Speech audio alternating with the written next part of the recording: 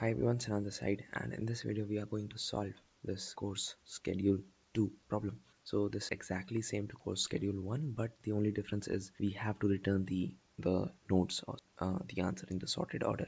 And as I discussed in my previous video, this is not a array problem, this is a graph problem. So basically what we would do is count a graph in the prerequisites as edges and the number of as the number of nodes. We would construct an adjacency list, and using the Gantt algorithm we are going to find the topological sort of. So I won't be discussing too much of this problem because it's actually same from the previous one, and I just copied and pasted exact same code from the previous video. Just the only difference is in this return statement. In that we had to return false. In this we would return an empty list, otherwise we return the topological sort, the list topo sort. Exactly the same. The basic idea is you are finding all the nodes which have in degree 0, you are taking it out of the graph and you are modifying the graph again. You find all the nodes which have in degree 0, you take that and put it into your answer, and you do this till the time your graph is null. If your graph is not null, that means there was a cycle somewhere down the line. If it is null, that means you have a valid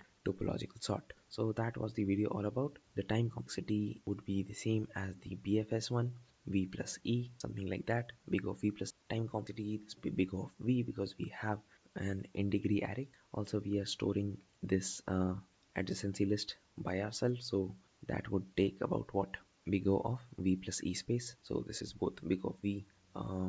Basically we are storing the edges, right? So take big of e space, and this degree would take big of v space, and in the end you would have time and space complexity big of v plus for both this question and the question that we just discussed, question number 21207, course schedule part 1. So thanks for watching, and I'll see you in the next video.